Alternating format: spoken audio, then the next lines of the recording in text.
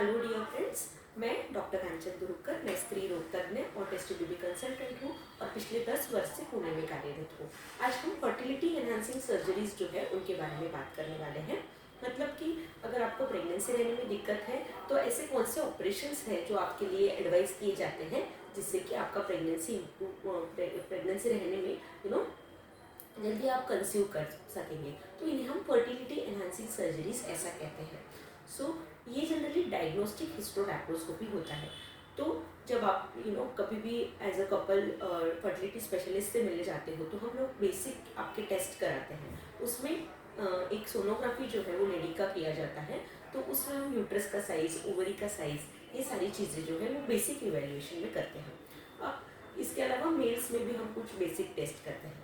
पर जब ये टेस्ट नॉर्मल है तो जनरली हमें पता नहीं चलता है कि क्या प्रॉब्लम है टेस्ट पर से और सोनोग्राफी पर से। तो इसे अनएक्सप्लेन इनफर्टिलिटी ऐसा कहा जाता है। और जब ये अनएक्सप्लेन इनफर्टिलिटी है तो कुछ यूट्रस के अंदर या फिर एब्डोमिनल कैविटी में कुछ प्रॉब्लम है क्या, ये देखने के लिए डायग्नोस्टिक हिस्टोलैप्रोस्कोपी किया जाता है। अब ये डायग्नोस्टिक हिस्टोलैप्रोस्कोपी क्या है, तो इसमें जनरली हम लोग यूट्रस में एक दूरबीन डाल के देखते हैं जिसको हम हिस्टोस्कोपी ऐसा कहते हैं। हिस्टोस्कोपी में प्रॉपर हम लोग यूट्रस का कैविटी जो है अंदर से कुछ प्रॉब्लम है क्या, कुछ पर्दा है, पॉलिप है या फिर फाइब्रॉइड है क्या, ये हम लोग प्रॉपरली इवेल्युएट करते हैं। या फिर कुछ एंडोमेट्राइटिस है क्या, ये हम लोग इवेल्युएट करते हैं। उसके अलावा हम लोग लैप्रोस्कोपी करते हैं। मतलब एक नाभि पे एक इंसिजन होता है छोटा, उसमें से हम लोग एक लैप्रोस्कोप जो है वो इंट्रोड्यूस करते हैं। और लैप्रोस्कोपी के द्वारा हम गर्भाशय का साइज कैसा है, गर्भाशय पे कुछ एंडोमेट्रियोसिस है क्या, ट्यूब्स आपके कैसे हैं, ओवरी कैसी है, ये पूरी तरीके से इवेल्युएट किया जाता है। ये जो डायग्नोस्टिक हिस्टोलैप्रोस्कोपी है ये जनरली हम लोग फर्टिलिटी एनहांसिंग सर्जरी में एडवाइस करते हैं। इसके अलावा और क्या क्या चीज़ें हैं, अनएक्सप्लेन इनफर्टिलिटी मैंने बताया, इन्वेस्टिगेशन।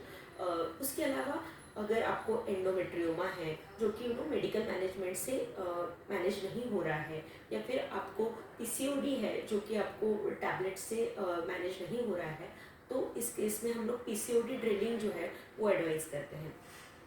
इसके अलावा और भी चीज़ें रहती है, जैसे कि आपको अगर सेप्टिक यूट्रस है तो हिस्टोस्कोपिकली हम लोग से, या फिर अगर हमें प्रॉपर डायग्नोसिस पे हम नहीं पहुंच पा रहे हैं कि सेप्टिक यूट्रस है कि बाइकॉर्नोइड यूट्रस है, तो ऐसे केसेस में हम लोग हिस्टोस्कोपी और लैप्रोस्कोपी करके देखते हैं। तो हिस्टोस्कोपी में हमें सेप्टम है क्या पता चलता है, और लैप्रोस्कोपी में जो यूट्रस है वो सिंगल अगर यूट्रस है तो वो सेप्टेड यूट्रस है, या फिर दो दो यूट्रस है तो उसे बाइकॉर्नोइड यूट्रस ऐसा कहा जाता है। ये लैप्रोस्कोपी में हमें ज़्यादा अच्छे से पता चलता है। सोनोग्राफी जो है वो हमें एक प्रकार से हम लोग एक प्रिडिक्शन कर पाते हैं कि क्या पैथोलॉजी हो सकती है, कि सेप्टेड यूट्रस हो सकता है कि बाइकॉर्नोइड यूट्रस हो सकता है ये। लेकिन उसका डायग्नोसिस कंफर्म करने के लिए कभी कभी हमें डायग्नोस्टिक हिस्टोलैप्रोस्कोपी जो है वो करना पड़ सकता है। ये इसके अलावा क्या क्या और इंडिकेशंस रह सकते हैं, तो एंडोमेट्रियोमा के अलावा डर्मोइड सिस्ट जो है वो कभी कभी हो सकता है। ये सोनोग्राफी में हमें इसका एक प्रॉपर रिपोर्ट मिलता है जिसमें हमें डर्मोइड सिस्ट जो है वो एक रिपोर्ट मिल सकता है। ये सारी चीज़ें जब डायग्नोज होती है तो डायग्नोस्टिक हिस्टोलैप्रोस्कोपी हम लोग करते हैं। इसके अलावा अगर फाइब्रॉइड्स है और आपको प्रेगनेंसी आगे चाहिए तो हम लोग मायोमेक्टोमी करते हैं। इसमें यूट्रस जो है उसमें जो फाइब्रॉइड है उसी को सिर्फ निकाला जाता है। और ये फाइब्रॉइड जो है अगर मल्टीपल फाइब्रॉइड है तो मल्टीपल फाइब्रॉइड भी निकाले जा सकते हैं। तो इसे हम लैप्रोस्कोपिक मायोमेक्टोमी ऐसा कहते हैं, जिसमें हम सिर्फ फाइब्रॉइड जो है वही निकालने का ऑपरेशन करते हैं।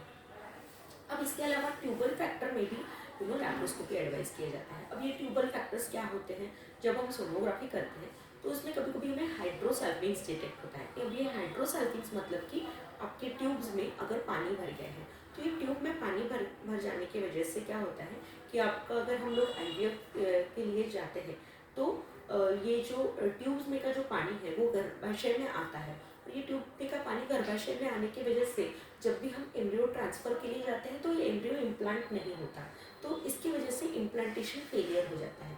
तो अगर ट्यूब में पानी भरा है, हाइड्रोसल्फिन्स है, तो हम लैप्रोस्कोपिकली ये ट्यूब्स जो है वो डीलिंकिंग करते हैं। तो इसे हम लैप्रोस्कोपिक ट्यूबल डीलिंकिंग कह सकते हैं।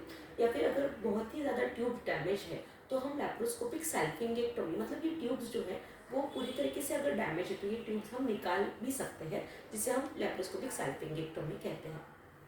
तो इन सारी चीज़ों में हम लैप्रोस्कोपी की मदद से ये जो भी आपके प्रॉब्लम्स हैं उनको लोग ट्रीट करने का प्रयत्न करते हैं। अब इसके अलावा ट्यूबल फैक्टर जो है, उसके अलावा एडेशंस का भी एक प्रॉब्लम्स रह सकता है। ये जनरली एंडोमेट्रियोसिस की वजह से रहता है, या फिर ट्यूबरकुलोसिस की वजह से भी ये एडेशंस रह सकते हैं, जिसकी वजह से पेल्विक एनाटॉमी जो है वो डिस्टर्ब हो चुकी है। तो ऐसे केसेस में हम लैप्रोस्कोपिकली जाके ये जो एडेशंस है वो रिलीज़ करते हैं। अगर एंडोमेट्रियोसिस की वजह से है तो ये एडेशंस रिलीज़ करने की वजह से काफ़ी पेन रिलीफ भी होता है, और अगर ट्यूबरकुलोसिस की वजह से अगर है तो एंटी टीबी मेडिसिन जो है वो आपको दिए जाते हैं। सो ट्यूबरकुलोसिस ये काफ़ी वाइड टॉपिक है, लेकिन इसमें भी इनफर्टिलिटी होने का, क्योंकि इंडिया में हमारे अभी भी टीबी का प्रिवेलेंस जो है वो ज़्यादा है, और टीबी की वजह से इनफर्टिलिटी रहने का इंसिडेंस ये 10% लोगों में टीबी जो है वो पाया गया है, जिसकी वजह से उनको प्रेगनेंसी रहने में दिक्कत होती है। सो मे बी आपको बचपन में टीबी हुआ है या फिर नहीं भी हुआ है, तो भी जब हम लोग इनफर्टिलिटी के लिए आपका जांच करने जाते हैं तो हमें दिखता है कि पहले कभी तो आपको टीबी हुआ है। ये इंडिया में ज़्यादा टीबी कॉमन है। सो ये सारी जो चीज़ें हैं वो हम लोग करते हैं। इसके अलावा ट्यूबल रिकैनलाइजेशन जो है वो भी लैप्रोस्कोपिकली हम लोग कर सकते हैं। अब ट्यूबल ब्लॉकेज जब भी आपको डायग्नोज हुआ है, तो ट्यूबल ब्लॉकेज जो है वो कौन से जगह पे ये ब्लॉकेज है इसके ऊपर निर्भर करता है कि ये जो ट्यूबल रिकैनलाइजेशन प्रोसीजर वो आपका कितना सक्सेसफुल होगा। ये आपके जो साइट ऑफ ब्लॉक है उसके ऊपर डिपेंड करता है। तो कॉर्नुअल अगर ब्लॉक है, मतलब कि जो आपका गर्भाशय है उसका जो स्टार्टिंग में ही ब्लॉक है ट्यूब्स पे, जिसको हम कॉर्नुअल ब्लॉक ऐसा कहते हैं, तो कॉर्नुअल ब्लॉक अगर है तो उसे हम लोग ट्यूबल रिकैनलाइजेशन से कैनलाइज करने के चांसेस जो है वो अराउंड 70% तक है। उसमें भी 100% चांसेस नहीं है डियर फ्रेंड्स। सो ये जो रिकैनलाइजेशन प्रोसीजर है ये हमें प्रॉपर ट्यूब्स को हम ओपन करने के लिए करते हैं, जो कि लैप्रोस्कोपिकली किया जाता है। और इसकी वजह से ट्यूब्स ओपन होने के बाद आप नेचुरली भी ट्राई कर सकते हैं, या फिर आप आईयूआई का भी मदद ले सकते हैं।